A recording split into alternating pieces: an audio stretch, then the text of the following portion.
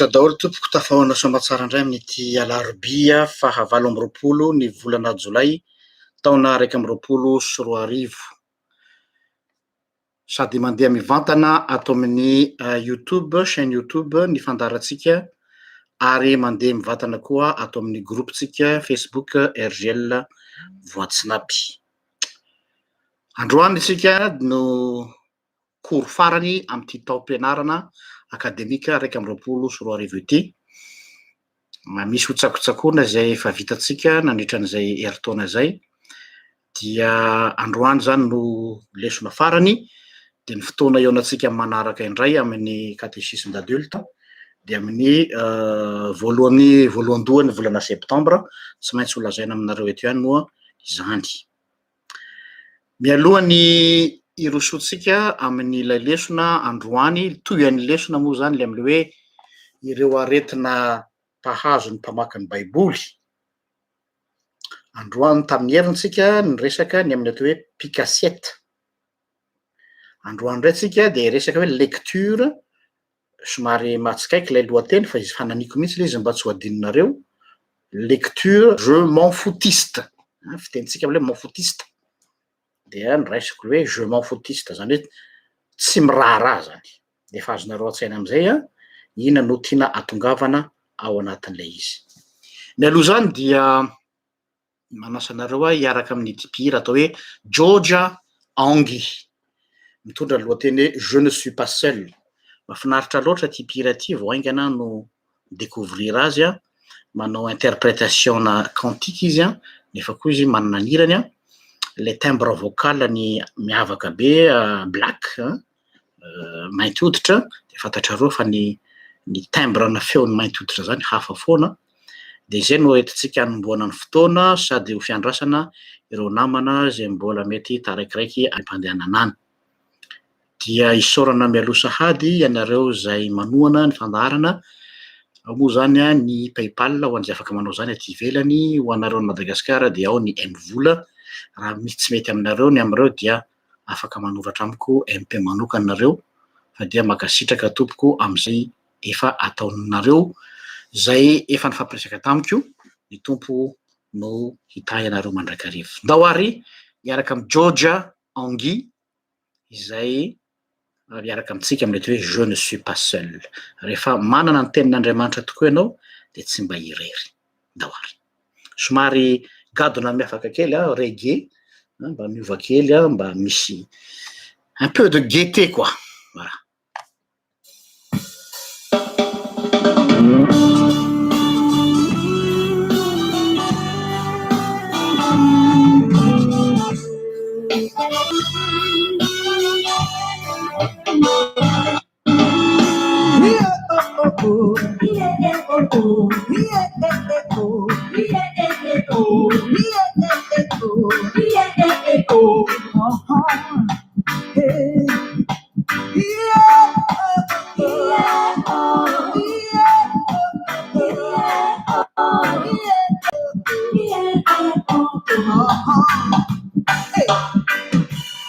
Notre vie dépend de toi, Seigneur. Notre vie dépend de toi, Seigneur. Notre avenir dépend de toi, Seigneur. Nos projets dépendent de toi, Seigneur. Même si les gens veulent m'abandonner, moi je ne regarde pas, car tu es là. Tu m'as promis fidélité, moi je ne regarde pas, car tu es là. Même si les gens veulent m'abandonner, moi je ne regarde pas, tu es là. Tu m'as promis fidélité, moi je ne regarde pas, car tu es là.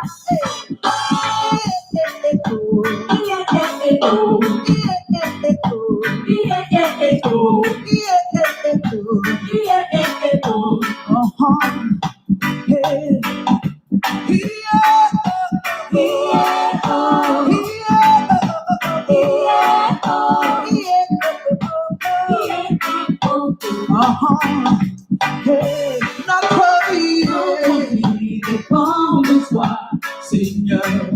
Notre avenir dépend de toi. L'avenir dépend de toi, Seigneur. Notre santé dépend de toi. Notre santé dépend de toi, Seigneur. Notre avenir dépend de toi. L'avenir dépend de toi, Seigneur. Même si les gens veulent m'abandonner, Même si les gens veulent m'abandonner, moi je ne m'arrête. Tu es là. oui, tu m'as Tu as promis. promis fidélité, Tu moi m'as je ne promis. Tu es là. Même si les gens Même si les gens veulent m'abandonner, moi je ne m'arrête. Tu es là. oui, tu m'as Tu as promis. promis fidélité, Tu moi je m'as ne m'arrête. Tu promis. es là. Oh, je ne suis pas Seul, je ne suis pas seul. je ne suis pas Je ne seul. suis pas seul. Je ne suis pas seul. Je ne suis pas Je ne suis seul. pas seul. Je ne suis pas seul. Je ne suis pas Je ne suis pas seul. seul. Je ne suis pas seul. Let's go.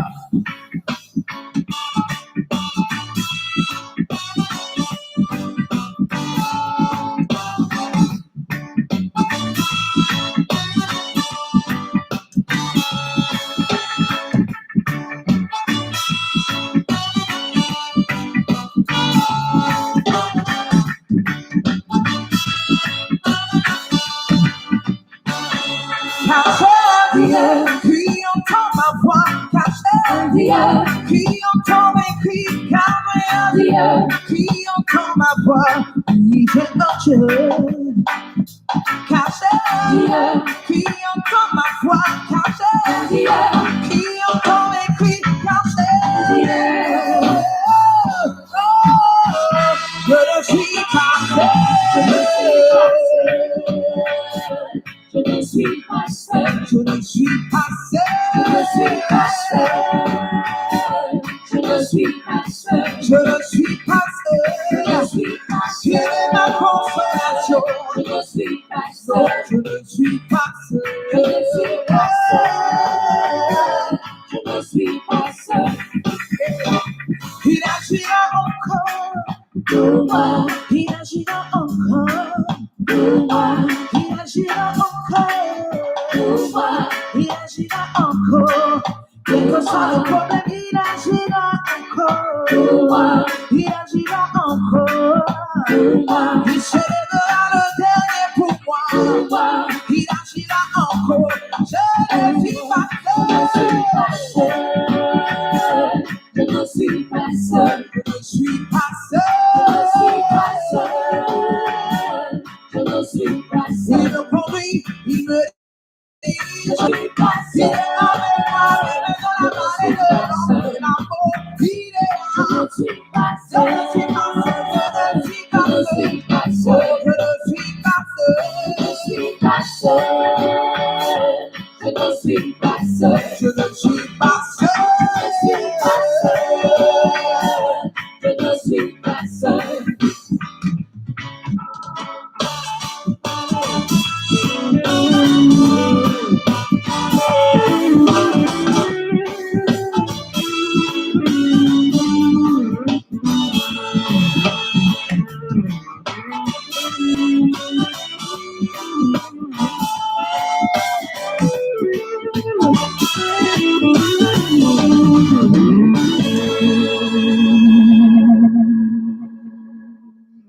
Marina tokoa zany a, tsy irery a zay manana anazy ary zay manana ny tenin'Andriamanitra ho sabatry ny fanahiny tsy mamatsiaro irery zany, tsy miady rery. Vavaka sika. Misotro anao zay Jesosy Kristy tomponay no ity alarobia farany am'ty taona mpampianarana ity. Raha jerenay tokoa ny lasa dia teo ny tananao ny tantana sy ny vimbina. Nanome hery, nanome fahasalamana na teo ara ny aretina maro samihafa.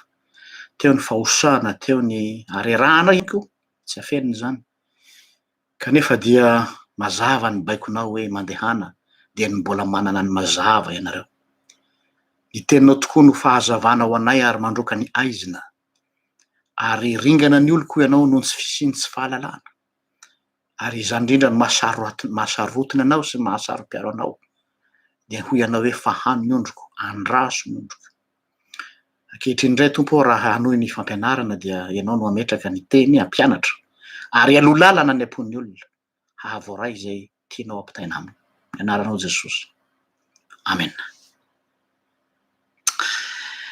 Eny ary, lecture je m'en foutiste. Ya, le titre est un peu fantaisiste, c'est vrai. Fananiko mihitsy somary matsikaiky. Kanefa ao anatin'ny fomba fampianarana olo-dehibe satria catéchisme d'adulte moa tsika ao anatin'ny atao hoe andragogie. Ny andragogie dia ny fampianarana olo-dehibe dia tsy mitana intsony ny fitadidiantsika matetika fa be ny andoha ao ny fiainana, ao ny fivelomana, ao ny asa, de tsy maintsy mitady terme atao hoe choc ahafahanao mitadidy ilay cours, de tsy maintsy mampiasa image be dia be, mampiasa expression somary mivoaka ny andavanandro mba hanampy anao amin'ny mémorisation lay zavatra nampianarina. Fa mazava aminao angamba ny tianao lazaina hoe ho an'ireo zay tsy miraharaha, tsy mivaky loha, kristianina izy fa manao rainazy. Ny problématika zany zay ho vahatsika eto de ny hoe inona no kendrentsika eto amin'ity leçon ity de zao hoe ireo olona manao rainazy ny famakiana ny soratra masina. Za tsy miteny hoe jentilisa, zanak'Andriamanitra no resako eto, zany hoe za sy anao zany. Mbola tratriny zany virus zany koa tsika. Zara fa mamakimaky ihany fa tsy tena mamaky. Manao lecture diagonale. Surtout moa rehefa sendra an'ilay texte hoe efa haiko io. Ohatra zany hoe le teny voalahatra ho vakiana androany tantaran'ilay zanak'adala, de be tsy mamaky intsony, tsy mamaky an'io intsony fa efa fantatro io, efa haiko io, eo le fahadisoana ngeza be. Manao vaky teny kitoatoa. Any amin'ny famantaranandro ny masony de hoe ity ohatrany tsy maintsy vakiana, anao ohatran'ny silamo hoe tsy maintsy mahavita mamaky ny Coran isan'andro fa raha tsy zay bediny alà.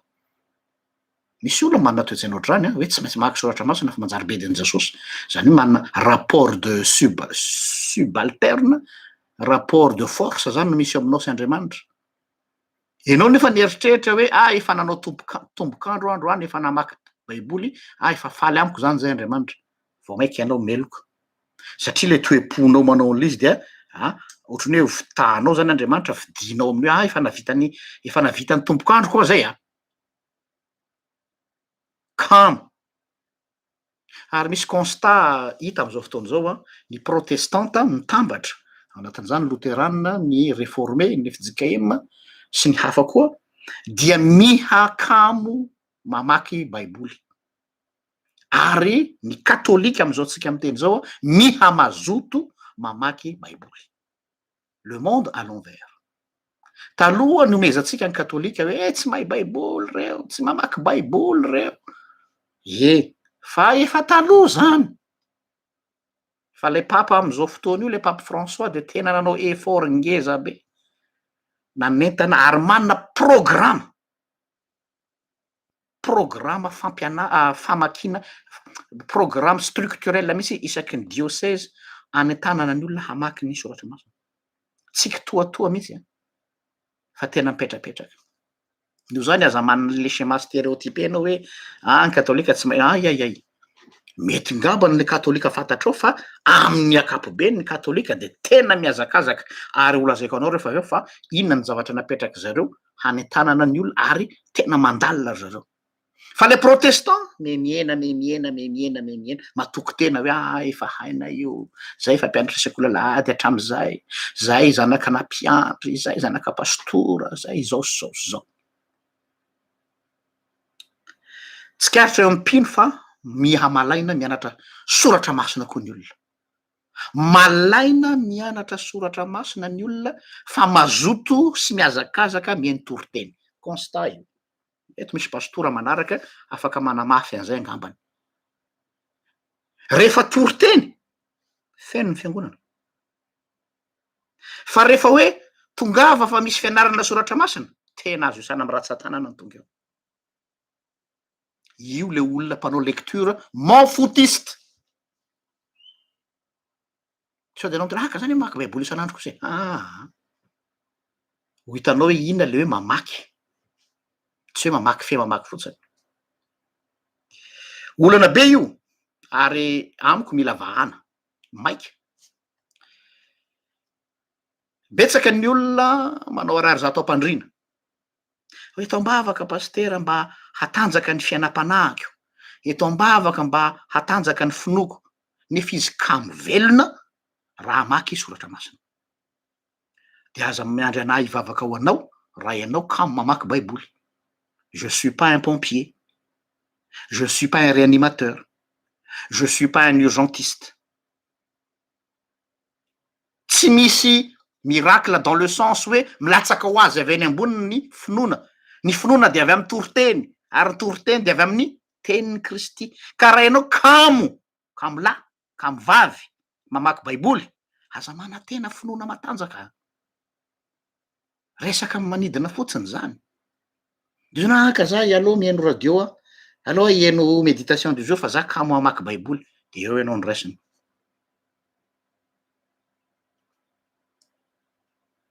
Donc jerentsika vetivety teny amin'ny Ezekela toko 7 misy an'izao teny zao ao. Ezekela toko 7 andininy 7 zao no voasoratra amin'ny anaran'i Jesosy. Alova vakina hatramin'ny andiny voalohany ka hatramin'ny andiny 7 Ezekela toko 7 andiny voalohany ka hatramin'ny 7. Ary hoy izy tamiko Jehova zany tamin'ny Ezekela, ry zanak'olona, hano zay hitanao any hano ity horonan-taratasy ity de mandehanaka mitenena amin'ny taranak'Israely de nosokafako ny vavako ary nafahany ahy izany horonan-taratasy izany.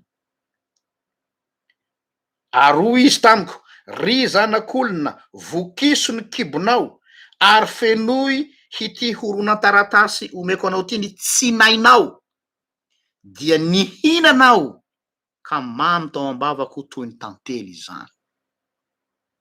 Maheno tsara atsika averiko indray de hoy Jehova taminy, vokiso ry zanak'olona, vokiso ny kibonao ary fenoy ity horonan-taratasy ity omeko anao. Zany ozy Jehova hoe ity le tenin'Andriamanitra, hano ary vokiso ary fenoy ny tsinainao. Izy tsy miteny hoe mihinanana kelikely fotsiny fenoy ny tsinainao de mihinanao izy ka mamy tao ambavako. Raha tao zany ny heviteny tsotsotra an'io teny io zany hoe rehefa feno ny tsinainy Ezekela, feno ny tenin'Andriamanitra zany hoe voky hatraty amin'ny tendan-keliny raha zay zany ilazana azy. Zay Ezekela vao nahita ny tsirony hoe mamy tao ambavany, fa tsy hoe vao nitehaka ny lelany le izy de mamy. Arao tsara le dinamika an'le texte. Vokiso ny tsinainao aloha ity teny ity. Zany hoe tena feno full ozy ny tanora. De rehefa voky ny tsinainao teo izy vao nahino hoe mamy izy zany. Ao daholo zany le hevitra hoe raha tsy voky ny tenin'Andriamanitra ny olona, raha tsy mihinana ary tena mihinana izy tenin'Andriamanitra ny olona, tsy atanjaka zany izy na andeha ambaka ny lohany fa olona mistika fotsiny izy am'izay fotoana zay. Mazava koa le teny zay nateneniko teto tamin'ny heriny tao amin'ny Kolosiana, aoka ny tenin'ny Kristy hitoetra manino izy betsaka. Misy resaka fatra ao zany. Zay zany tari-dresaka tiako isaina asatsika. Ka mba afahanao mahatadidy ny leson'androany de ataoko sarisary le izy. Manao moa tsika rehefa mitazona baiboly ny mpiandry ny pastora de am'ty tanana ankavia ity tadiavanao ny leson'androany zao sary ataoko zao. Mitazona baiboly ianao ohatry zao. Zay moa fanao ny pastora sy ny mpiandry. Donc zany misy reto ratsan-tanana 5 reto no am'tianatsika ny leson'androany.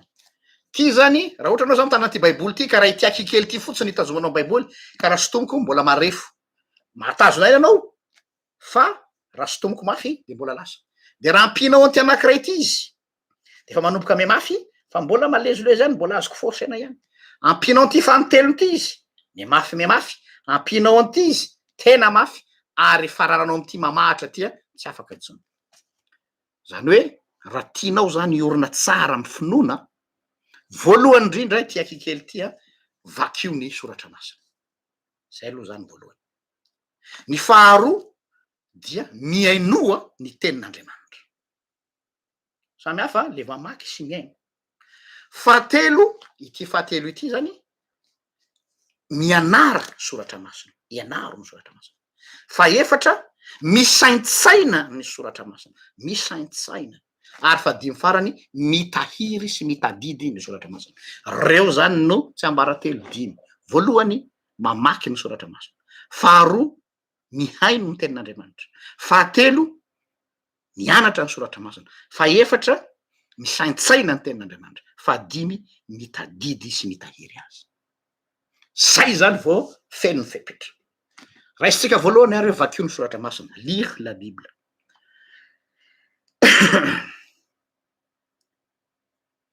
Te ametraka fanontaniana aminareo aho hoe nareo miaino io ve zao mba valio kely manorata ohatrany ahoana ny degré ny fitiavanareo ny Baiboly. Est-ce que vous êtes passionné de la Bible? Ça c'est me est-ce que vous aimez la Bible? Est-ce que vous êtes passionné de la Bible? Mba valio kely zay. Tena dala-pitia an'io soratra masina io ve anao? Passionao ve io? Any aloha ny fanontaniana voalohany. Tsy vonjy tavanandro, tsy pompier, hoe vao misy problème de hay ampaherezo kely amy soratra masina kely pasteur fa reraka fonoko. Ah non, ça marche pas comme ça. Tsy boîte à pharmacie akory ny Baiboly, zay le picassette. Hoe hay maratra ny fiainana voadona tady soratra masina kelinay aloha.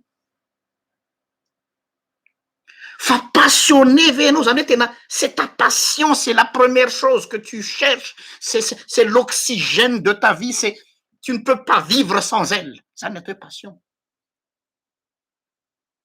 Jerenareo reny olona passionné reny.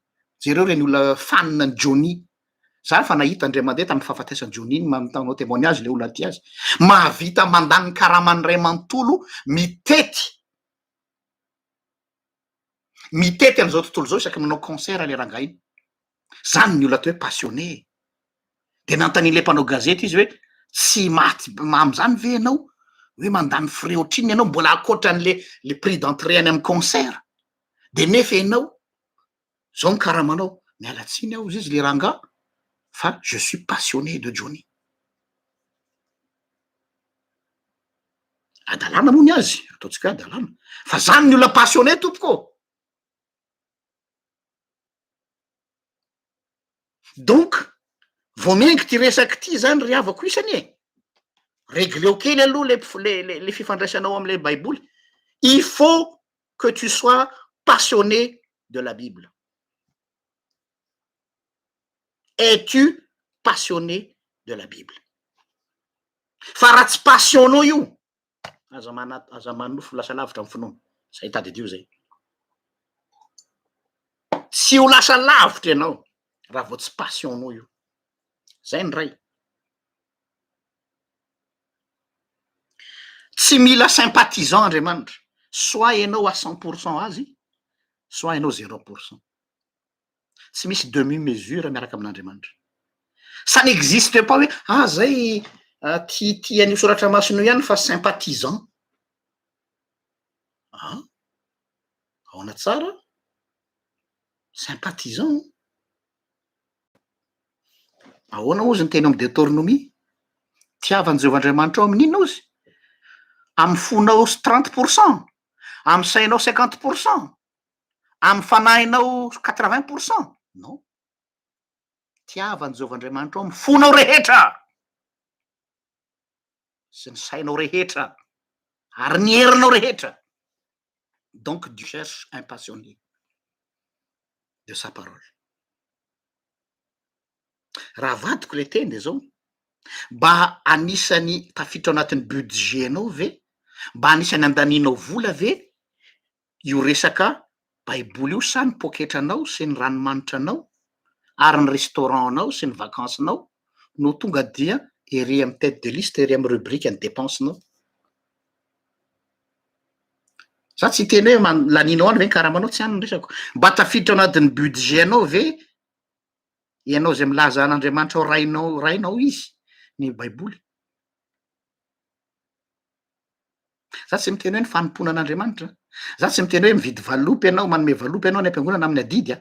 Za tsy miteny hoe mividy billet ianao amin'ny ezaka lasopy any am-piangonana, tsy any ny fanontaniako. Fa ny baiboly, ny rapportnao amin'ny baiboly mihitsy tafiditra anatin'ny budget-nao ve? De zany hoe ka zany efa manana baiboly be dia be paster. Ho hitanao ny tiako atongavana. Raha tena tianao io, de inona ny tokony zavatra ataonao? Ataonao daholo ny fomba rehetra hampitao anao hoe mitady fampitaovana, mitady outil. Manomboka zao zany a, dia hoe mila ianao manana outil, manana fitaovana ve ianao ahafahanao mitrandraka an'io baiboly io. Il suffit pas d'avoir des bibles à la maison, mais il faut aussi avoir des outils. Il faut savoir lire la Bible. Io nefa ny mila investissement, tsy manao ary zatao mpandrina. Misy zavatra zay tsy maintsy vidinao. Mety makany mampely baiboly ianao, tsy hoe manao publicité mampely baiboly fa zany no zava-misy. Hivoaka zao ny baiboly Bible étude, tena mampirisika anareo hoe mividiana. Avoaka ny mampely baiboly atoato zany, le hoe la Bible étude, ohatran'ny NBS, frantsay fa malagasy indray, baiboly fandalinana izy zay ngamba ny pasteur Voangy afaka manoratra eo ianao, baiboly fandalinana sa tsy haiko ny titrany. Ohatra fotsiny zay zany e. Fa zay zavatra rehetra mahakasika ny atao hoe fitrandrahana baiboly, tokony handaninao vola zany. Raha passionné ianao. Tsindriko tsara. Tsy atao haingo na bibliotèque, fa raha passionné ianao.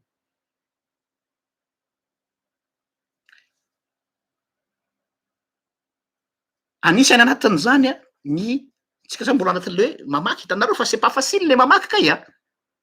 Anatin'izany ny karazana fanananao karazana version maro. Manana karazana baiboly be dia be fa mampanakarena anao ny fanananao dikateny samihafa. Raha tianareo fantatra ny secret-ako amin'ny resaka fianarako soratra masina, de izaho olona farany zay adala ny famakiana boky, ary tena tsy afa-po amin'ny version anankiray fa jereko daholo ny version rehetrarehetra. Fa tonga de ho hitanao surtout mpiandry ianao na mpitoroteny ianao, fa ho hitanao fa tena manampy betsaka anao amin'ny fanomanana toroteny zany. Rien que comparer les versions de la Bible. Zay fotsiny de fa hitanao harena be. Jereo zany mividiana karazana baiboly, dikateny samihafa zay hainao, jereo ampitao fa hitanao fa misy nuance tsy mitovy ao. Indraindray mety ho gaga ianao fa maninona Timothée na telin'ilay version française, fa any amintsika malagasy le izy hita. Misy dikateny sasany zay na antsika malagasy ny tena malaza azy, noho na frantsay, misy indraindray ny ary amin'ny frantsay no malaza azy fa tsy ny antsika gasy. Hitanareo fa izay jeu de va et vient zay, tsy hitanao zany a podrefitra manao ary zato am-pandrina eo anao raha tsy mifoha eo am-pandrina ary mampiasa baiboly karazany maro.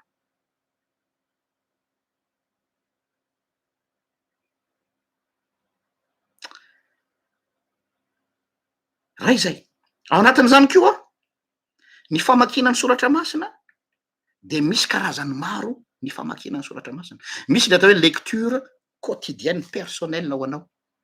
Iny zany de le fifandraisanao sy ny tompo iny. Mety efa ataonao isan'andro iny a, bravo. Raha mbola tsy manao ianao dia ataovy lasa mihitsy. Fa ankoatrin'io, mila koa ianao mamaky baiboly dans le cadre d'études personnelles. Mila koa ianao mamaky, hafa le manao lecture quotidienne ho anao, zany hoe ianao zany mila mamaky soratra masina ho aim-panao anao, fa misy koa ny atao hoe hamaky baiboly aho hanaovako étude manokana. Tsarovy ny tantarany Natanaela, lay mpianatra ray nifidiany Jesosy. Rehefa nifidy azy Jesosy dia nahita Natanaela teo ambanin'ny aviavy izy, de ozy Jesosy hoe indro ny Israelita tsy misy fitaka.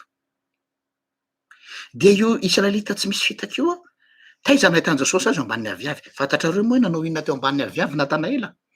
Sao de mba misy mahay nareo. Inona no nataony Natanaela teo amban'ny aviavy? Mitsilailay ve izy? Hoe mamay be ny andro any Palestina dia mitany dia maka alokaloka. Ozy Jesosy hoe indro ny Israelita tsy misy fitaka. Inona dikan'le hoe tsisy fitaka? Israelita izy tsy indro lehilahy tsisy fitaka. Raha zay ndray mas izy de hoe tsara toetra, fidèle, loyal, non. Israelita tsy misy fitaka. Misy dikany zany phrase Jesosy zany. De ny dikany mifandraiky amin'izy teo ambanin'ny aviavy. Inona nataony Natanaela eo ambanin'ny aviavy? Mba valio kely hoe raha misy malala. Miandry kely ary. Jereko raha mba misy mahafantatra. Inona nataony Natanaela teo ambanin'ny aviavy? Tamin'ny Jesosy niantso azy ho mpianany. Misy mahafantatra ve? Qu'est-ce que Nathanaël faisait là, sous cet arbre? Natory ve izy? Nanao sieste ve izy? Mivavaka? Tsy fantatro, tsy de azoko antoka. Na andinika ny soratra masina. Misaotra madame Baquet. Un vrai israélite rehefa mahazo malokaloka de eo amban'ny hazo no mamaky ny Torah. Ny soratra masina tamin'ny Jiosy de ny Torah. Ary eo izy no mamaky eo foana izy. Zay no nataony Natanaela. Jereo tsara zany fa Jesosy nifidy olona koa ankoatran'ireo mpanota olona tia ny soratra masina. Zay zany le izy.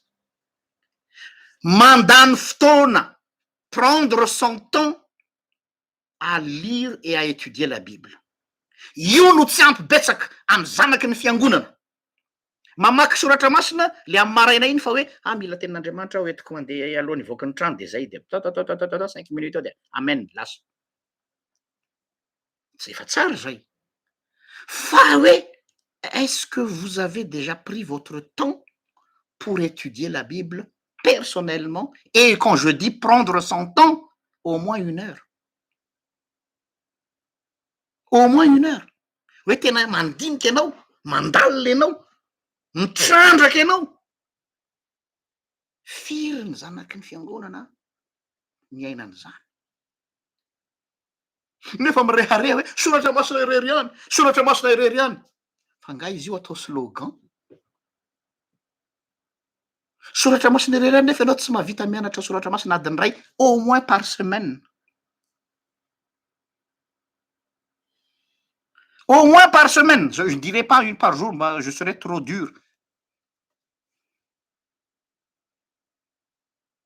Tsy ampy betsaka amitsika. Zay zany le hoe mamaky ny soratra masina. Lire la parole de Dieu. Araky ny tenin'ny Ezekela teo, fenoy ny tsinainao io teny io, ary rehefa feno an'io horonantaratasy io ny tsinainao, dia hatsiaro mamy ao am-bavanao ianao. Zay ny ray. Faharoa, écoutez la parole. Mihaino ny tenin'Andriamanitra. Ity ratsan-tanana faharoa ty indray zany. Ao anao izy ny fanekem-ponoana Jiosy. Shema Israël, Adonai Elohenu Adonai Echad. Mihainoro Israely. Ny tomponao Andriamanitrao dia iray ihany. Io le fanekem-ponoana Israely. Shema Israël. Inona io Shema Israël io? Écoute Israël, l'Éternel notre Dieu, l'Éternel est un. Averiko indray. Écoute Israël, l'Éternel notre Dieu, l'Éternel est un. Shema Israël, Adonai Elohenu Adonai Echad. Manomboka amin'inona ny fanekem-ponoana Jiosy? Miaino ary Israely. Donc zany, ny fototsy ny finoatsika, ny base doctrinale ny finoatsika de miankina amin'ny zavatra henoina. Matoa ny fotom-pinoana jiosy manomboka amin'ny atao hoe schéma, dikan'le schéma miainoa. Manakory ny fiainonao rahalahiko sy anabaviko isany. Ahoana ozy Paoly? Ny finoana de avy amin'ny toroteny ary ny toroteny de avy amin'ny tenin'ny Kristy. Ity le hoe schéma Israël ity, raha amy traditiona jiosy azafady dia 2 fois par jour no manao an'io récitation io ny jiosy, amy maraina vao mifoha de amin'ny alina alohan'ny atory. Vao mifoha ny jiosy anankiray de tonga de io ny teneny hoe schéma Israël Adonai Elohenu Adonai Echad. De rehefa atory izy amin'ny alina, alohan'izy atory, vita ny vavakany, de mamerina an'io fanekam-pinoana io izy, schéma Israël Adonai Elohenu Adonai Echad. Misy dikany zany. Ary amy fiandohan'ny ny andro mifoha maraina aty amy faran'ny andro alohan'ny atory dia voafehy le atao hoe fiainona.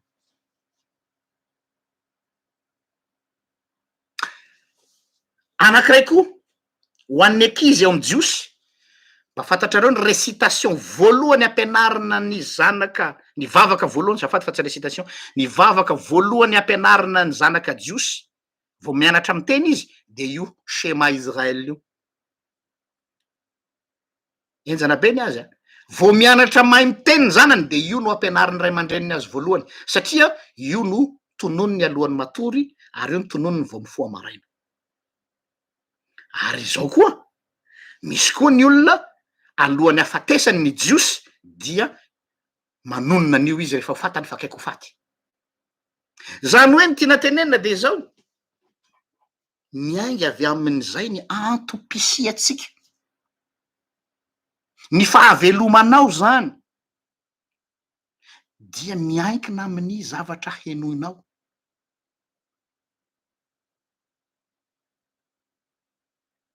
Zany hoe ny fiainatsika zany de miankina amy zavatra henoinao. Fantaniana apetraka aminao ary catéchumène isany satria catéchumène atsika eto manaraka ny catéchisme. Qu'est-ce que tu écoutes? Qu'écoutons-nous finalement? Fampianarana toinona moa no mba henoinao? Tandremo tsara ny fiainona. Ao amin'io schéma io, na io le hoe miainoa io, ny fiainona io de misy ao ambadiky le hoe miainoa ry Israely, de ampianarina an'le zanany, de misy atao hoe tradition ambadiky zany. Dikany atao hoe tradition sitsika tam'le cours voalohany dia fampitan-kafatra intergénérationnel. Deutéronomie 9:7. Zao tsara ny filazany azy. Deutéronomie 9:7. Zay ny dikany atao hoe tradition. Une tradition fampitan-kafatra intergénérationnel. Deutéronomie 9:7 ny anaran'i Jesosy. Dia ary aoka ho amponao zao teny andidiko anao zao, dia ampianaro tsara ny zanakao zany, ary resaho na mipetraka ao an-tranonao ianao, na mandeha any an-dalana, na mandry, na mifoha. Ampianaro tsara ny zanakao zany, na mandeha, na mandry, na mandeha any an-dalana ianao.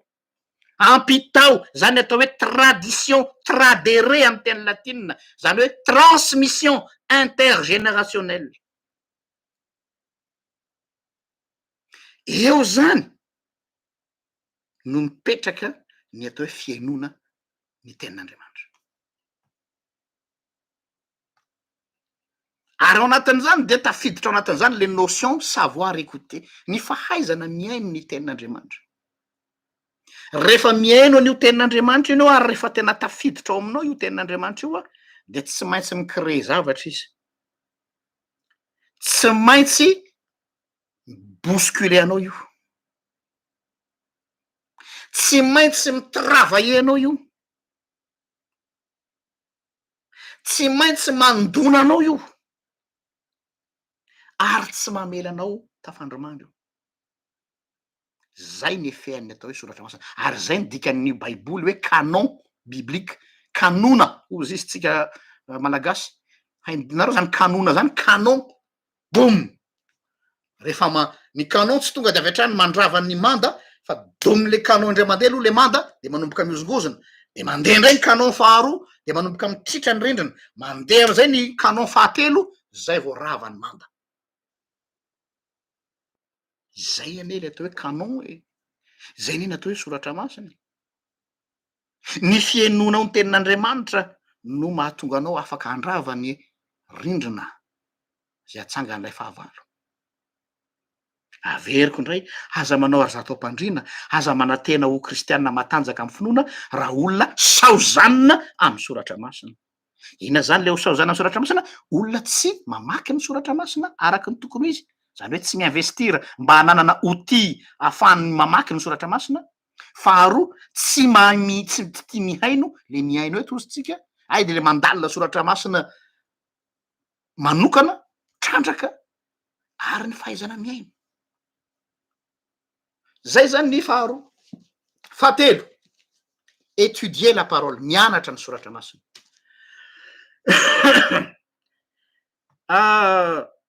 Rehefa miresaka hoe fianarana soratra masina de tafiditra ao amin'ny teny fanorenana nanorenana ny batisa na ny parole d'institution amin'ny batisa mihitsy ilay teny Jesosy manao hoe mandehana ataovy manaova batisa azy ho amin'ny anaran'ny Ray sy ny Zanaka ary Fanahy Masina ary ataovy mpianatra ny firenena rehetra.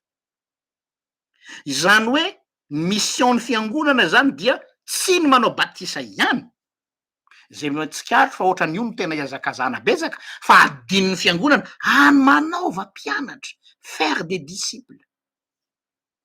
Amy saina tsy miangatra samy mijery ny fiainam-piangonana antsika. Inona ny tena vitan'ny fiangonana hatreto? Le manao batisa. De tena kinga atsika raha manao batisa. Ataony statistika. Be ny zaza natao batisa tamin'ity taona ty zay rapasy.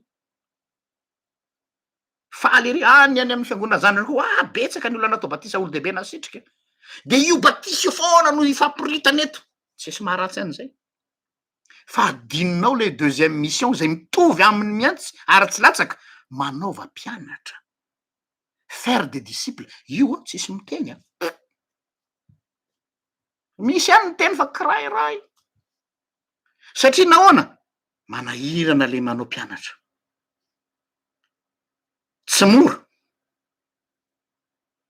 Maika daholo anao batisany olona, maika anorona fiangonana fa ohatran'ny zazakely anankiray ateraka ao dia botrabotra tsara tare le zaza mafatifaty ery fa tsy omenao hanina de maty io, saozanina io. Ina ny problema? Malaina ny fiangonana ampianatra. Tsy mora ane ty mampianatra ty kamo satria nahoana matoa ianao zay mampianatra tsy hoe mahay fa matoa za zao mampianatra anareo eto amin'ny catéchisme d'adulte eto, je dois encore faire des recherches. Tsy maintsy manao approfondissement, tsy maintsy midiscipline ny tenako aho, tsy maintsy manery ny tenako aho hianatra mba hahafahako mizara aminareo. Eo ane le izy. Donc qui dit hampianatra soratra masina ny fiangonana midika fa ny mpitarika koa mila mitrandraka. Ary zay mila fotoana, mila vola, mila énergie, mila passion. Ary raha tsy passionné am'le fampianarana anao de lasa charge ho anao le mampianatra, lasa vesatra ho anao le mampianatra. Mais il faut que ça soit une passion. Ary ny olona miaino anao de mahatsapa hoe passion anao le izy ary mipasy le hafatra. Fa raha ohatra ka hoe responsabilité satria devoir pastoral de tsy maintsy mampianatra de ho iaho hoe tsy haritra ela amin'io ianao de abandonne. Zay ny problema fiangonana kamo mampianatra satria tsy moramora. Eto mihitsy zany no mizara am'izay ny tena kristianina mizara, tena tonga de mizara roa mazava tsara.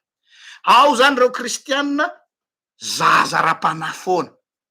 De inona moa le zaza ra-panahy? Rononom-panahy foana no henony. Zay no mahafinaritra azy. Le mampietsiketsika ny fietsem-pony, le mampientanentana ny fony. Tsy misy maharatsy an'izany. Fa mbola rononom-panahy foana. De hono ale retsy enao olona fa 30 taona de mbola ronono ve ny sotronao?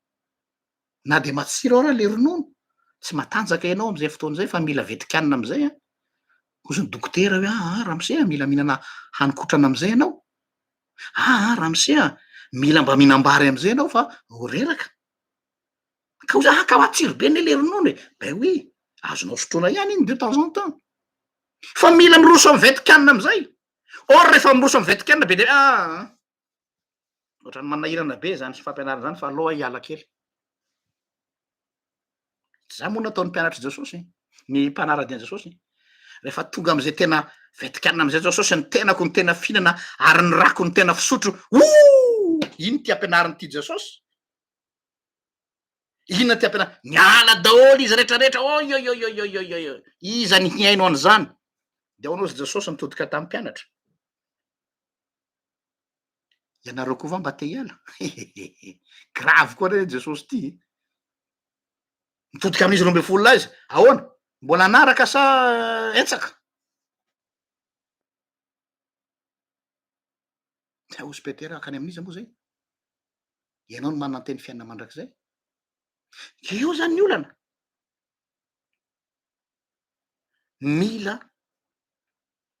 miroso amin'ny hanina vetikanina am'izay tsy miteny akora hoe tsy ilaina ny rononom-panahy tena ilaina tsara ny ronono fa ny tanjona de zao ny fiangonana velona ny fiangonana matanjaka de hoe ny kristianina ao amy de capable mandinika ny soratra masina samy rery tsy mila ny pastora intsony tonga am'izay dingana zay ny fiangonana zany ny atao hoe fiangonana matanjaka fa tsy isaky ny ray minitra zao allo pastera ohatrany tsy azoko leo am'janona toko fatelo adinina faina amby folo mba azavao za tsy miteny hoe tsy mety fa raha mbola zay ny be debe ao anaty fiangonana mbola tsy vitany mission ny paster zany fa tokony ho izy rehefa ny fiangonana indépendant ny kristianina tsirairay maleo tena ara-panahy afaka mandinika soratra masina samy reny zay izy volela lehibe amy fona fa ity koa ane ny olana e areto de miteny secret aminareo tsy tianay pastera sasatsasantony nareo hahay soratra masina fa so de midevianay nareo aloha tsorona ny marina so de tsy miantso atsony ny fikambanam-behivavy hampianatra soratra masinako so de tsy miantso atsony ny fifoazana hampianatra soratra masina satria efa manomboka mahay lay kristianina mahay mampianatra ary mafey ny soratra masina nefa izany ny tena atao hoe fiangonana matanjaka zany ny atao fiangonana matanjaka tsy hoe fiangonana mavidy orga 120 millions tsy hoe fiangonana mavita adidy any amy fohy be nefa ny kristianina ao aminy a tsy lezolezo za raha fa namaky ny atsasaky ny baiboly mbola tsy vitany akory ny baiboly ray manontolo de miteny izy fa hoe matanjaka amy finoana azafady ragnandria fiangonana mbola débutant zany tsy miteny akora hoe tsy ilaina tsony mihaino ny hafa fa efa mba le minimum mba mahaleo tena ohatrany hoe mba le tanao le zakizy ao an-trano tamy voalohany fa hanana izy de rehefa mba manomboka lehibe izy efa mahay mihinana rery tsy midika akory zany hoe de avela rery le zaza no mbola mahandro sakafo azy ny ray aman-dreniny fa efa mahavita mihina-kanina rery ary zay le sary tiako ampitaina tena mahafaly ary tena zay mba nofinofoko ato am'ty groupe-tsika ty hoe ianareo membre ato ho lasa mpitoro teny daholo vita zay ny missionko satria ny tena rôle ny mpanompon'andriamanitra de tahaka ny jaona mpanao batisa zaho tsy maintsy mihena ary izy tsy maintsy mitombo eto am'ty parti ty zany no mampizara ny olona ho iaho ara-panahy misy olona raha olona gaga 30 taona izy tao amin'io fiangonana io fa tsy mbola miova izy mbola tsy mandroso ahoana zany hoe mbola le izy fantatro tamy 30 taona lasa ihany no fantatro zao gaga ianao hoe de inona moa zany nataon'ty ranamana ty tato hatram'izay nefa misy olona vo 2 taona vo 3 taona izy ny tonga atao amin'io fiangonana io de natao batisa de nianatra soratra masina de tena mafana fo de tena mianatra de tena lasa lavitra n'ole olona fa 30 taona lasa lavitra n'olona fatelo de ozany hoe fa ahoana ary fa ahoana fa maninona ity olona vao omaly ity manao dingan-dava be amin'ny finoana ity ranamana zay fa efa ho atao jobily na maky teny soratra masina ao misora ao am-piangonana raha mbola miraikitra ny tongony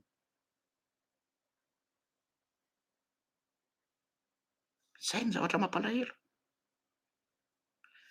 anao témoignage aminareo aty amin'ny fiangonana misy azy ao de mampifana olona mitarika fotoana sy mpitoroteny aho défi izy apetrako am'ireo groupe ampianariko reo de zao d'ici 2 ans manana solom-pitandrina 8 efatra enina zafady miampy any anankiroa zay fiatorana de efa nanao fanamby tamin'ny komity aho hoe hisy alahady za tsy anao fotoam-pivavahana fa reo olona reo no manao azy za manatrika eo zarina mihitsy ny kristianina handray feo hafa fa tsy ny feoko foana satria am'izay fotoan'izay raha sanatiavina any andro any taona any volana tsy eto ntsony aho na koa tsy maharaka ny fiangonana dia mahavelo tena io fiangonana io amin'ny ara-panahy mahavelo tena io fiangonana io amin'ny ara-panahy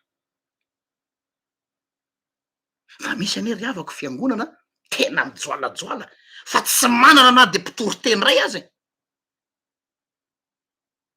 manana mpianatra izy manana olo fa le tena hoe olo afaka mijoro tena mampianatra tsy manana izy eo ny problemany ka eto am'ty parti ty koa no resako eto zany mampizara ny fiangonana ao ny ataoko hoe fiangonana fondamentaliste ary ao ny fiangonana mandala ny fanaovana ny exégèse biblique sérieux eto zany de efa manahirana koa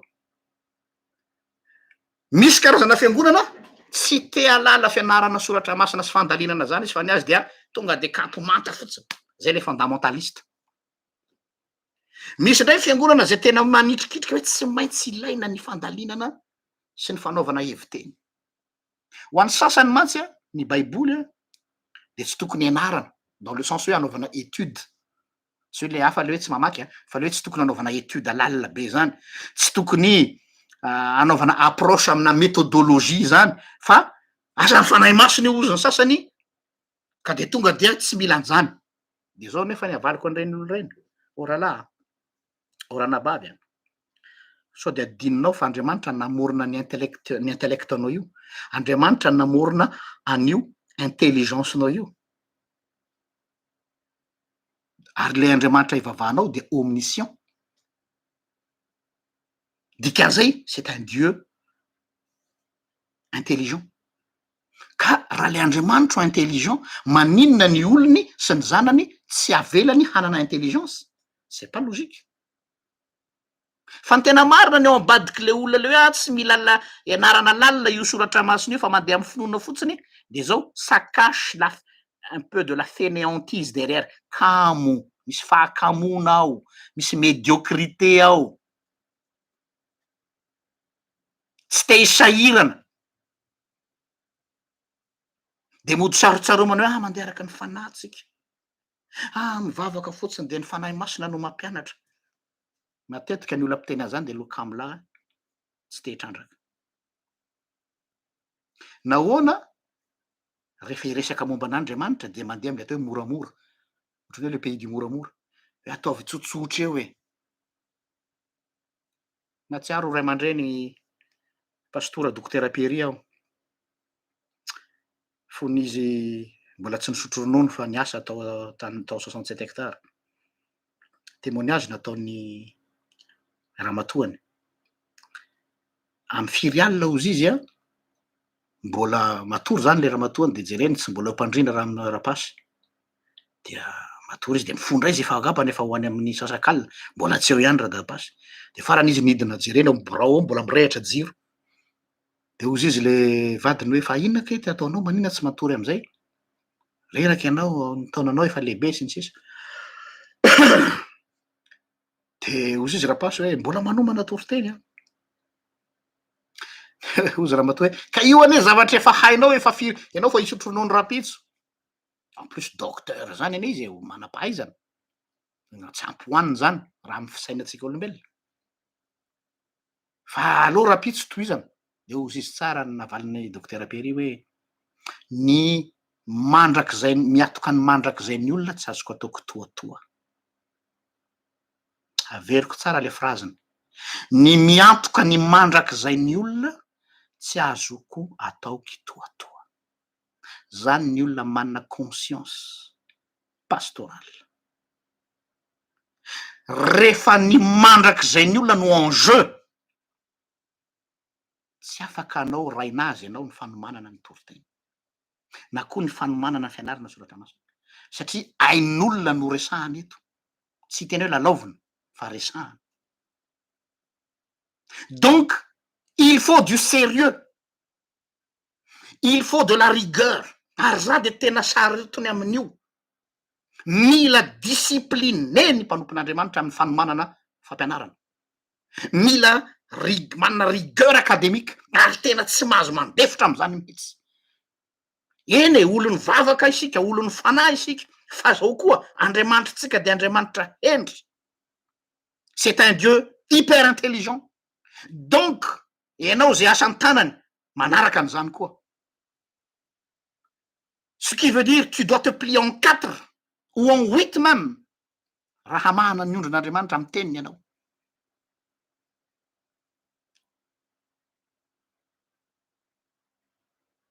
Ho ty pastora anankiray, ny fanomanana toriteny na ny fanomanana tenin'Andriamanitra ho zaraina amin'ny olona ozy izy de mitovy amin'ny vehivavy miatrika ny atao hoe accouchement.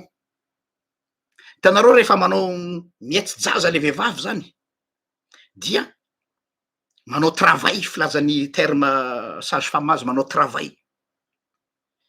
De iny combat iny mandrapiteraky le zaza, tsemboka mihitsy izy, mitomany izy, marary izy, manaitaina izy, miantso mama sy dada izy. Iny ozy izy ny imaginao ozy izy manomana an'ilay tenin'Andriamanitra. Zany hoe misy combat ao, misy zavatra manaitainao, tsy mora io. Fa rehefa avy eo teraka soamantsara le zaza. De rehefa teraka ozy le zaza de manino? Adininao ozy izy lay combat be teo. De ohatry zay koa. Rehefa mizara an'le izy am'zay anao teoriana, ny tazan'ny olona mantsy rehefa mitoriteny ny mpanompon'Andriamanitra de iny le tazan'ny olona iny fa tsy hitan'ny olona le combat be ato ambadika ato. Le fanomanana an'iny toriteny iny na le fanomanana an'iny fampianarana iny, ady mangotraka. Voalohany indrindra ady amin'ny tenany aloha, mampangina an'ilay nofony, mampangina an'ilay tendanceny, mampangina an'ilay préjugény, mampangina an'ilay tiany atao, fa tsy maintsy le teny no toriana. Ary ho resahako zay rehefa avy eo. Zao ny slogan tsara tanatsika mandrakariva amin'ny atao hoe formule fanaovana heviteny na fanaovana exégèse de zao: donner la parole au texte jusqu'à ce que le texte me donne la parole. Averiko ndray le formule. Donner la parole au texte jusqu'à ce que le texte me donne la parole. Zany hoe mila mangina ianao fa ny texte no miteny. Or sika hiteny le ao anatitsika. Tsy mora le mampangina an'ilay zaho eo mpanomanana toriteny. Sanatria an'izany hoariko ohatry ny alika romotra mihitsy mila muselena. Parce qu'il faut donner la parole au texte. Il faut pas donner la parole au prédicateur. Non! Il faut donner la parole au texte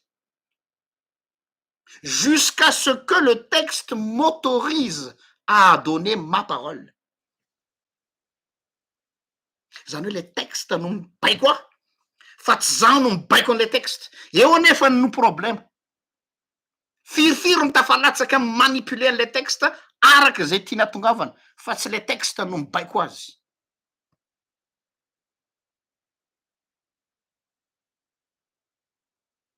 Ny zavatra tsy fantatry ny masy de le outil, le fitaovana hoentinao mitrandraka an'le texte, tsy hoe sanatria hoe ianao no manam-pahaizana be ka hoe te démontrer na te hanova ny hevitra. Tsy manova ny hevitra ny texte mihitsy ny fanaovana an'izany. Travail scientifique, sérieux, rigueur, discipliné.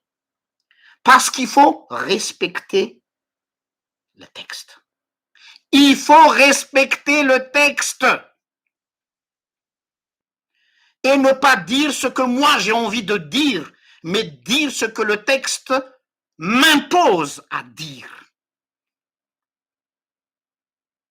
Eo mantsy ny mahasamihafa. Misy olona manao exégèse, ndikany exégèse de hoe mamoaka ny hevitry ny teny, ary misy indray le olona manao exogèse, zany hoe ny heviny no ampidiriny ao amin'ilay texte. Tsy mila ny hevitrao Andriamanitra, tsy mila ny hevitro izy, inona no teniny avoay.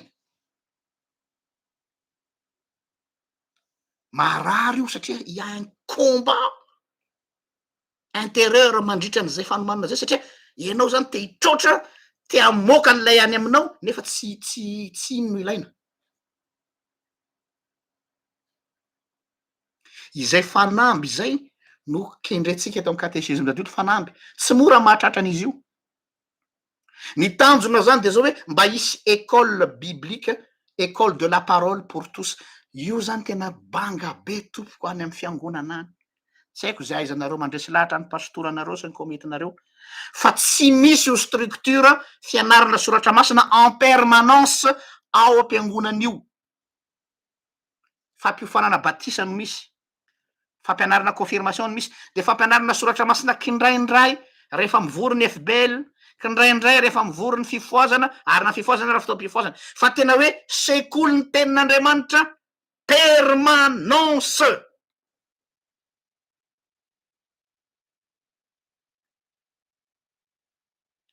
Sekoly ny tenin'Andriamanitra en permanence. Raha miaina an'izany ny fiangonana, tena milaza aminareo aho, tsy mila entanina zany ny olona amin'ny adidy. Milaza aminareo aho, mandeha ny asan'Andriamanitra e, mandeha io e. Fa ny problema de zao, tereko masaka ohatry ny voalobojaza le asan'Andriamanitra, de otra maina no miasa hanika mikatso ny rara. Satria naona, on a oublié l'essentiel. On a oublié l'essentiel. C'est quoi l'essentiel? La parole de Dieu.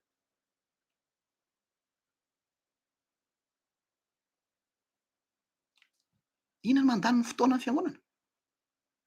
Fivoriana ty, fivoriana tsy, fianaran-kirary, fianaran-kirary, zao aty, zao ary. Ina moa ny secret mahatonga ny olona miazakazaka mamonjy toby? Efa nampianariko teto zay hoe ina ny famonjena ny toby, ane tsy hoe toerana spesialy le. Ny mahatonga ny olona mandany vola miazakazaka mamonjy toby, tompoko, de satria zao, maraina mandra-paharivo ny andro de ina ny atao any? Miaino ny fampianarana, n'est-ce pas? Vo amin'ny efatra maraina anao de efa misy fampianarana, amin'ny valo misy fampianarana, amin'ny roa misy fampianarana, amin'ny hariva misy fampianarana. Izany no mahatonga ny olona miazakazaka any amin'ny tombo. De signal ataon'i Jesosy ny fiangonana zany hoe raha mba izany isan'alahady isan'andro ny any amin'ny fiangonana, toby daholo ny fiangonana rehetra. Io ny aho mba revin-gadrako. Andao batana any amin'ny fiangonana io fiainan'ny toby io, fa maninona hoe ay mahafinaritra ny aty amin'ny toby, hafa ihany ny aty amin'ny toby. Mais oh là là, fa nahoana tsy azo ianana any am-piangonana zany? Matory asian'i Jesosy reny jirony toby reny de lesona hoe or fiangonanao, matory anao, matory ianao, fa avelanao ambon-draharaha ny fampianarana ny tenin'Andriamanitra. Tsy misy afa-tsy zay neny any toby e. Tenin'Andriamanitra, tenin'Andriamanitra miraradraraka, miraradraraka, sy mahagaga. Velombelona ny fanahy ny olona miverina avy any. De oziny hoe matetika fitenin'ny olona rehefa tonga eo an-dakanao karaha-malazo rehefa hody, ay Jesosy mivavaka le olona zany anaty tôbily. Ah Jesosy, fierinay io hodiny ray zay, hiatrika ny tena fiainana. De mampalahelo mijery le zanaky ny fifoaza, zanaky ny fiangonana. Ndry fahoriana le hiverina any amin'ny fiangonana, fa avy nahazo oxygène kely tany amin'ny toby. De osa hoe fa nga tsy azo atao any amin'ny fiangonana zany? Tsy azo eritreretina ve ny manao an'izany any amin'ny fiangonana?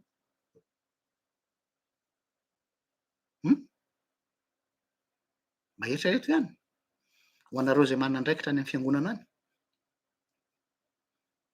Ny fanamby zany de hoe tokony isy sekoly ny tenin'Andriamanitra en permanence eo anivon'ny fiangonana. Sekoly ho iaho.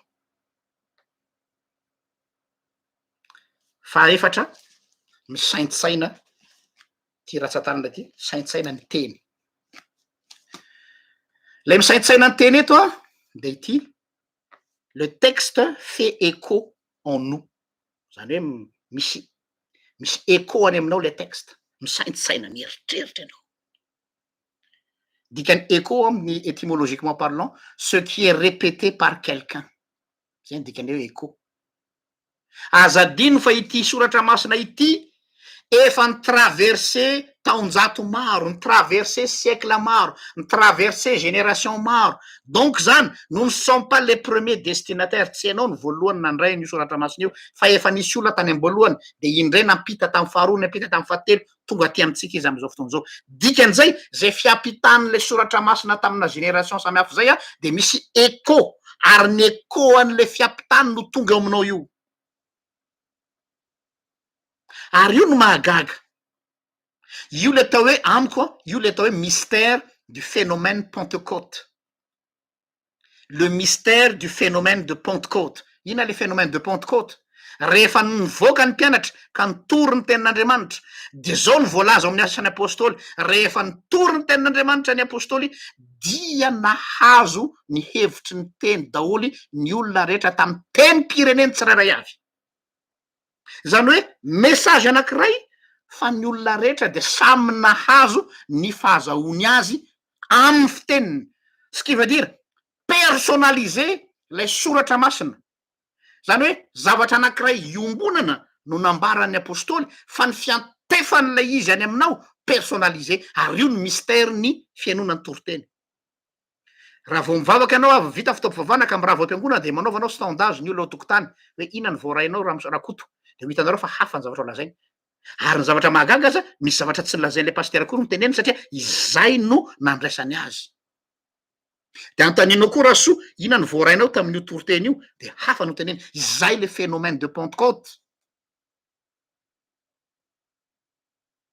Samy mandray, tsy hoe samy mandray, fa ny fiatefan'le izy, le écho, le teny any aminao hafa noho ny any amin'ny hafa. De iny zany nahatonga anao misaintsaina, satria anao zany maheno an'iny de misaintsaina anao ambony W ambony seza eo. Hoy ity exégète belge anankiray atao hoe André Ouenin, prêtre mpampianatra au Louvain-la-Neuve, hoy izy hoe la Bible au fond raconte l'aventure commune de Dieu et des humains. La Bible raconte l'aventure commune de Dieu et des humains. Ary eo ny zavatra mystère.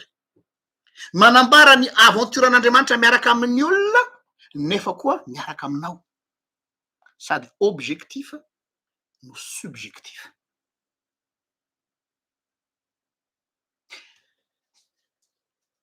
Misy teny an'Andriamanitra anankiray zay haitsika tsy anjery, le psalamy voalohany. Denge vakitsika io hoe, hainareo hoe.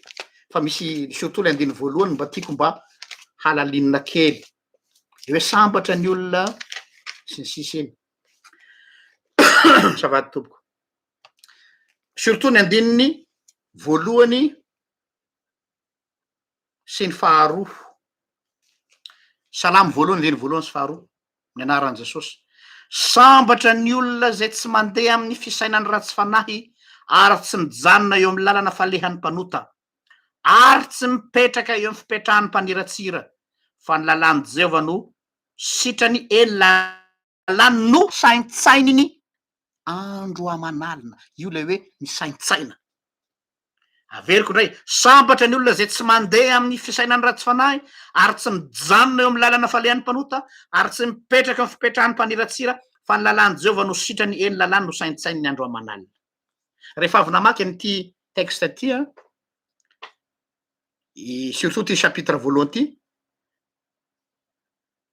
inona ny zavatra tsikaritra ao, le mot voalohany, inona le mot voalohany tononony ity salamo ity, de inona ny texte any amin'ny testameta testameta vaovao zafady izay mifandraika amin'io mot voalohany io fa tonga de amiko manokana zany tonga de c'est la chose qui m'a interpellé vao mamaky ianao an'ity salamo voalohany ty de ina le mot voalohany de ampifandraisy hoe ina ny texte any amin'ny testameta vaovao izay milaza mitovy am'izany ihany ko mavalia hoe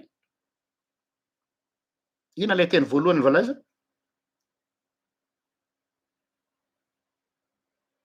sambatra misaotra tompoko de rehefa maheno an'io sambatra io anao tonga de inona ny texte amin'ny testameta vaovao no tonga de tonga ao an-tsainao Matthieu toko fahadimy misaotra tompoko c'est-à-dire il est Matthieu toko fahadimy les béatitudes heureux les pauvres en esprit heureux ceci heureux cela sambatra ny madio apo sambatra ny malailaom-panahy sambatra ce qui veut dire ny lakile ny atao hoe bonheur les béatitudes de izao iza zany ny olona sambatra raha mianalize andao analize tsika ty texte ty de izay tsy mandeha amin'ny fisainany ratsy fanahy de ataoko majuscule le fisainany tsy mandeha marché amin'ny fisainany ratsy fanahy faharoa tsy mijanona jereo tsara tsy mijanona ny voalohany tsy mandeha faharoa tsy mijanona eo amin'ny lalana falehan'ny mpanota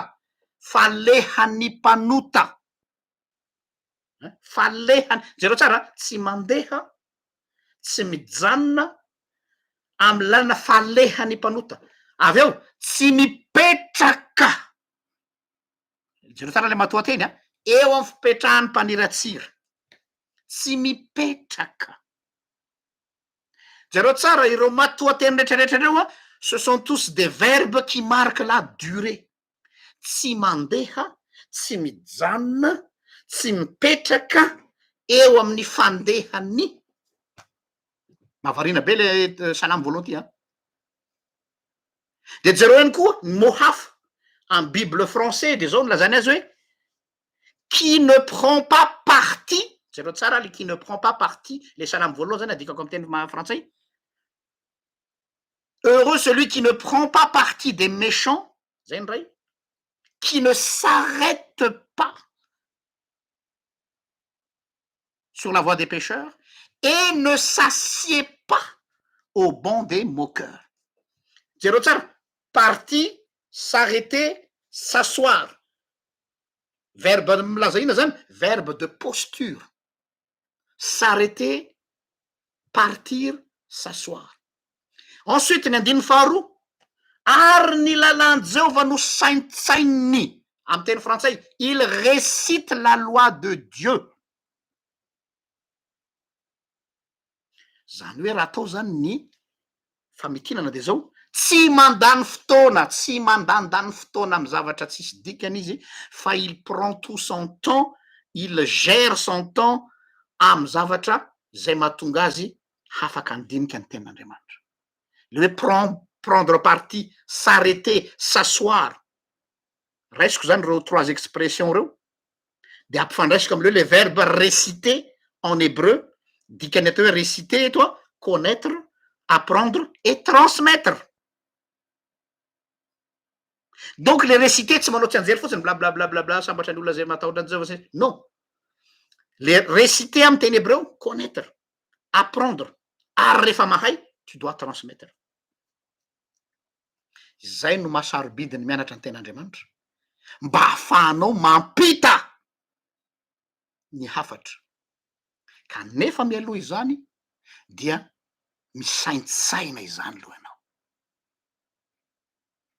maka toerana mihitsy zay hoe qui s'assoit misaintsaina tu prends ton temps ary io ten'Andriamanitra io tsy maintsy mitravaille ianao tena mitravaille ianao zay le hoe misaintsaina ny tenin'Andriamanitra fa dimy farany ity akibe ty am'le sary teo ty zany de le hoe mitadidy ny teny eto tsy resaka fanaovana tsy anjery verset hoe mahay verset tsy anjery tsy ratsy akory zany fa tsy zay fa lay mitadidy ny teny de le mitahiry tahaka ny Maria. Tadidinareo Maria rehefa ntenenina hoe arotsatoana ny sabatra ny fananao rehefa nentina tao amin'ny tempolo Jesosy vao feno valo andro izy de niforana de nitrotroiny Simeona de ozy izy ny soratra masina hoe ary Maria nitahiry ny teny tao am-pony. Nitahiry ny teny zany hoe nosaintsainy foana izy hoe un jour viendra ho tanteraka ty teny ty. Teo am-pototry azy fijaliana tadidiny faniverina le izy. Jakoba toko voalohany andiny fahatelo amby roapolo amaraparantsika azy. Jakoba toko voalohany andininy fahatelo amby roapolo amin'ny anaran'i Jesosy.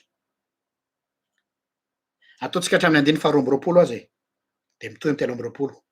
Fa aoka ho mpankatony teny anareo fa aza piaino fotsiny ihany ka mamitaka ny teny anareo. Fa raha misy piaino ny teny nefa tsy mpankato dia toy ny olona mizaha mitareny eo amin'ny fitaratra izy fa mijery ny tenany izy dia lasa ary miaraka am'izay dia hadinony ny tareny. Hoy izy Dadarainy Solambo zay, tsy hay ny lesona raha tsy efa iainana. Tsy hay ny lesona raha tsy efa iainana. Izay ny mampiavaka ny rivotra entin'ny fifoazana. Mihatra andriba ilay teny ianarana. Misy fiantraikany amin'ny fiainany. Misy fiantraikany pratika ny zavatra zay vakiany sy ianarana. Izay ary ny fampianarana antsika androany. Samy ary mitsakotsako sy mandinika ary zay no amaranako ny fampianarana amin'ity taona akademika ity. Mame fotoana anareo amin'ny ray volana manaraka amin'ny septambra indray votoizantsika ireo le aretina fahatelo amin'ny famakiana soratra masina. Mirary soanareo rehetra dia tsarovam-bavaka ny mpanomponareo mandritra ny ray volana mandritra ny fotoam-pialatsasatra. Ny fanaoko moa tsy de hoe miala sasatra fotsiny fa mandinika indray hoe inona no atao, ahoana indray no anatsarana ny asa, mianatra zany, mitrandraka zany. De samy ary tain'Andriamanitra amaranako ny fotoana alohan'ny vavaka dia ity hira ity no zaraiko aminareo de aorianan'izay tsika farana mivavaka.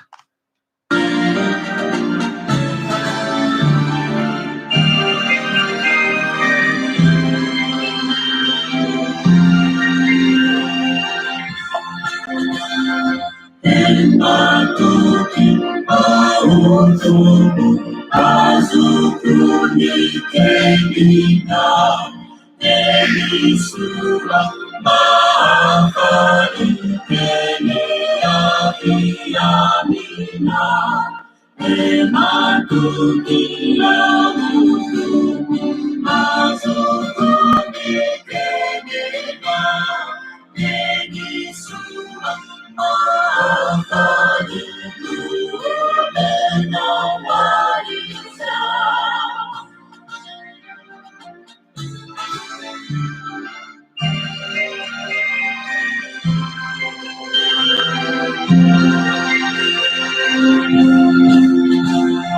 Kamu chamandari deadina kurisa Panumena tukiau sabe tulikenina Pematukiau azukulikenina Enisua maafadilumena waliza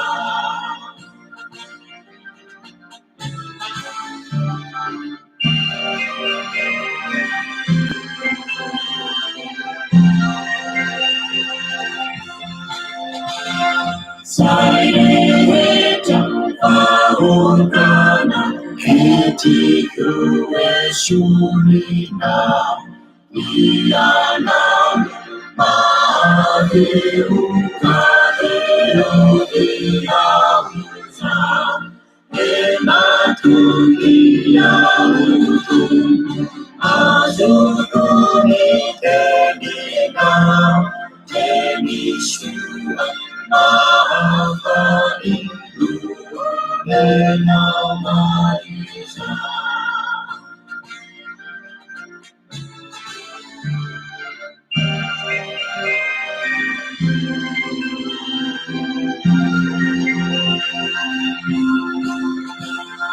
Mahasasa, Mahadev, Mahavunzirana, Kamandasi, Mahaguna, Sarahumachanuna, Vimadukila, Azufuni, Tenina, Venisuva, Mahafani, Duodena, Mariza.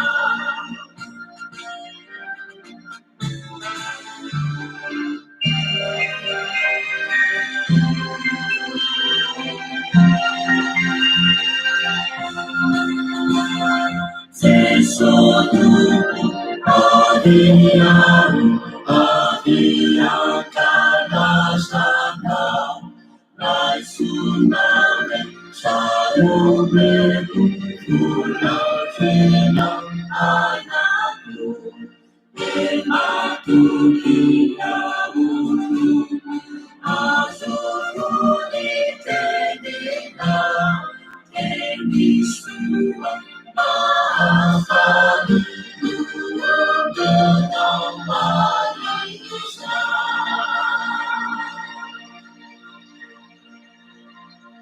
Vavakasika misotranao Jesosy eo noho izay fianarana izay natao nandritra ny taona izay.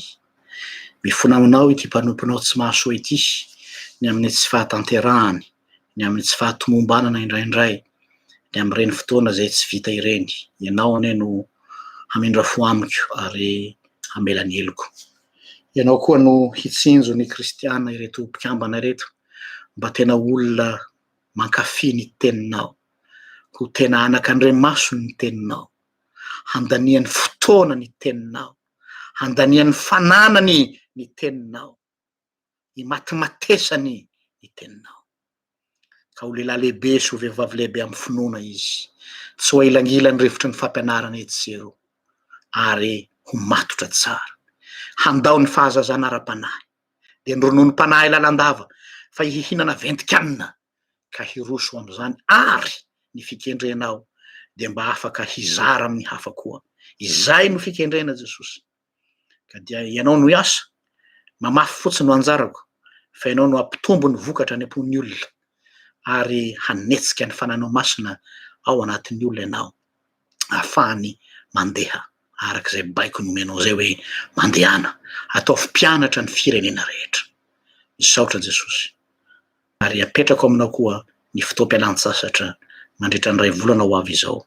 Ianao no hanome ny hery indray, ianao no hanome vision vaovao indray ny ahafahana manatsara ny asanao, tsy ho afa-po am'izay fa vita, araky ny tenin'ny mpanomponao Paoly apôstôly hoe toy ny tsy mbola nahazo aho. Ary izany no hotrandrahana mandrakarivoka, ianao no hampifanenahy amin'ny olona zay fantatrao fa ilaiko ahafahako manatsara sy manavao ny asa.